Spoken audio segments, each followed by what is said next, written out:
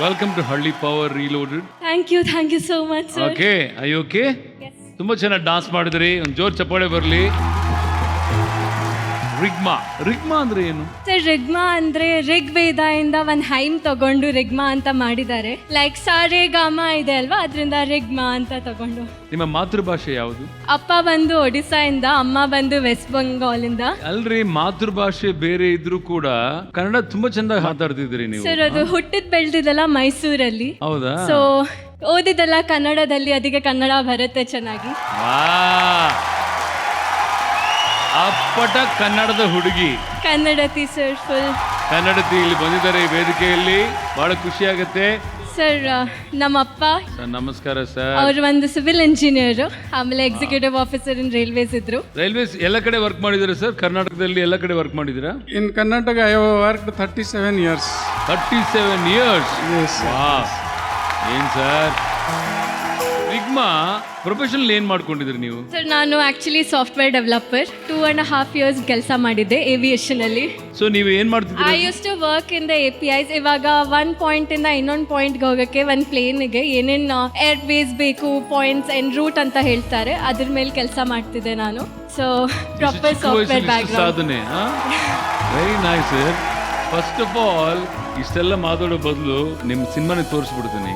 ಸರಿ ಸರ್. ನಮ್ಮ ರಿಗ್ಮಾ ಅವರ 70mm ಸಿನಿಮಾ ತೋರಿಸಿ.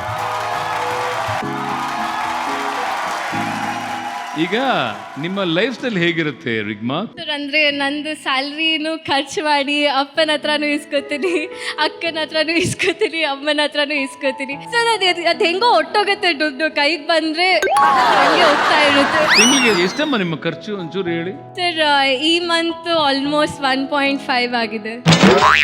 1.5 lakh. ನಮ್ಮ ಹಳ್ಳಿ ಮಂದಿ ಕೇಳಿದ್ರೆ ಪಾಪ ಅವ್ರು ಏನ್ ಅನ್ಕೋತಾರ ಗೊತ್ತಿಲ್ಲ, ಆದ್ರೂ ಕೇಳ್ತೀನಿ. ಅವ್ರು ಆಕ್ಚುಲಿ ಮಾತು ಕೇಳಿ ಎದ್ದು ಹೋಗಿರುತ್ತೆ. ಅಲ್ಲೇ ಇದಾರೆ. ಏ ಪ್ರಭ್ಯಾ, ಯಾಕ್ಲ ಅಂತ ನೋಡಕತ್ತಿ? ನಮಗ್ ಮಾತಾಡಕ್ ಆಗೋಲ್ತ್ರಿ. ಯಾಕೆ? ಯಾಕಂದ್ರ 1.5 ಲಕ್ಷ ರೂಪಾಯಿ ಅಂದ್ರೆ ಏನ್ ಐತೇನಿಲ್ಲ. ಅಲ್ಬೇಮ್ಮ, ನೀನಾರು ಹೇಳ್ಬೇಕೀಗ. ಅವರೇ 1 ಲಕ್ಷ ಕೊಟ್ರೆ ಏನ್ ಮಾಡಕತ್ರಿ ನೀವು? ಒಂದ್ ತಿಂಗಳಂಗಲ್ಲ ದುಡಿದ್ರು 1.5 ಲಕ್ಷ ಬರಲ್ಲ. ದಿವ್ಸಕ್ಕೆ 25,000 ಖರ್ಚು ಮಾಡ್ತಾರಂತ. ಎಲ್ಲಿದು ಬರ್ಬೇಕು? ಅದೇ ತಿಂಗಳಿಗೆ ಎಷ್ಟಿರುತ್ತೆ ಖರ್ಚು ನಿಮ್ಗೆ? 4-5 ಸಾವಿರ ಆದ್ರೆ ಆಯ್ತು ಸರ್. 4-5 ಸಾವಿರ?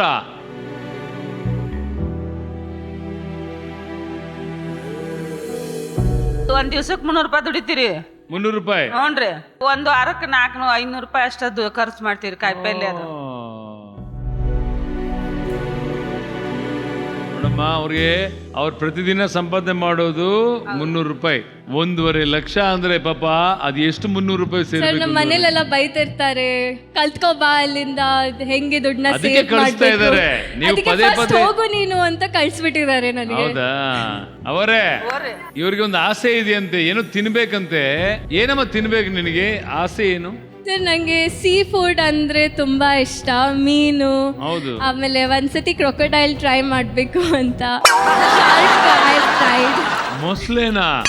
ಅವರೇ, ಇವ್ರಿಗೆ ಮೊಸಳೆ ತಿನ್ಬೇಕಂತೆ. ನಮ್ ಹೊಳ್ಯಾಗ ಮೊಸಳಿ ಪಸಳಿ ಎಲ್ಲ ಬಂದಿರ್ತಾವ. ಆಕಿ ತಿಂತಾಳಂದ್ರೆ ನಮ್ ಚಿಂತಿನ ಇಲ್ಲಿ ಮತ್ತೆ ಇನ್ನೂ ಚಲೋ. ಅವ್ರಿಗೆ ಖುಷಿ ಸರ್ ನೋಡಿ. ಏನಮ್ಮ, ನಿಮ್ಮ ಹೊಲದಲ್ಲಿ ಮೊಸಳೆ ಬರುತ್ತೆ, ಇವ್ರು ಕಳಿಸ್ತೀರಿ ತಿನ್ನಕ್ಕೆ? ಹೊಳಿಲಿ ಹೊಳಿಲಿ? ನನಗೇನು ಗೊತ್ತಿಲ್ಲಪ್ಪ. ಆಯ್ಕೆ ನಿಮ್ಮದು. ಈ ಹುಡುಗಿ ಬೇಕೇನ್ರಿ ನಿಮ್ಗೆ? ಪರವಾಗಿಲ್ರಿ. ಮತ್ತೆ ಏನೋ ಟ್ಯಾಲೆಂಟ್ ಅದಾವು, ಏನೇನೋ ಮಾಡ್ತೀನಿ ಅಂತಾರ, ನೋಡುನು. ಹಳ್ಳಿ ಮಂದಿ, ಈಗ ನಿಮ್ಮ ಕೈಯಲ್ಲಿ ವೋಟಿಂಗ್ ಪ್ಯಾಡ್ಸ್ ಇದೆ, ವೋಟಿಂಗ್ ನ ಶುರು ಹಚ್ಕೊಳ್ರಲ್ಲ. ಇದು ಹಳ್ಳಿ ಪವರ್.